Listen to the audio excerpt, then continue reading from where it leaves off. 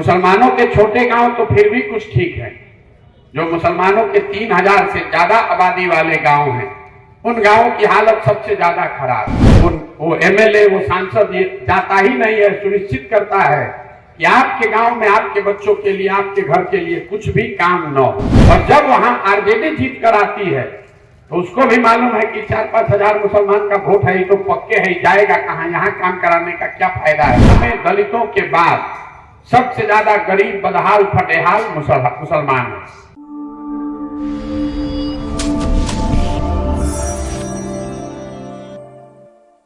नीतीश कुमार ने चुनावी रैली में कहा, मुसलमान याद रखें, अगर हमको खत्म कर देंगे तो आपका हाल पुराने समय जैसा हो जाएगा। बिहार में 17 महीने से पदयात्रा और सर्वे करवाने के बाद समझ आया कि 3000 से अधिक आबादी वाले मुसलमानों के गांव दलितों के बाद सबसे बुरी स्थिति में क्यों है। प्रशांत किशोर का बयान। 17 महीने से हम पैदल चल रहे हैं। किसी भी मुसलमानों के गांव में हमने यह महसूस किया है कि मुसलमानों के जो छोटे गांव हैं वो फिर भी ठीक हैं।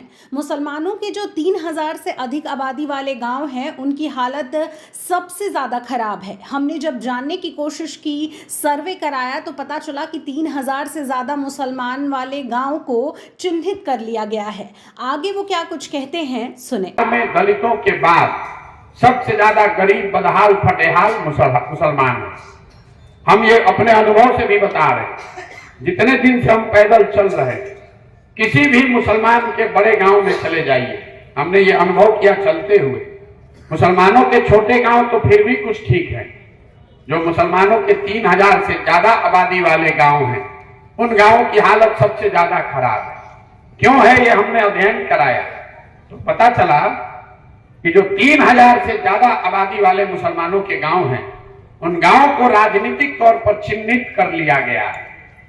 जब कोई भाजपा का, जदयू का जीत कराता है तो उसको मालूम है कि यही वो गांव है जहां से 3000, 4000, 5000 वोट हमारे खिलाफ पड़ा है। तो वो एमएलए, वो सांसद जाता ही नहीं है, सुनिश्चित करता है कि आपके गांव में आपके बच्चों के लिए, आपके घर के लिए कुछ भी काम न हो। और जब वहां आरजेडी जीत कर आती है तो उसको भी मालूम है कि 4-5 हजार मुसलमान का वोट है, तो पक्के है, जाएगा कहां, यहाँ काम कराने का क्या फायदा है। जो पैसा आया है तो बगल का हिंदू के गांव में काम करा ले।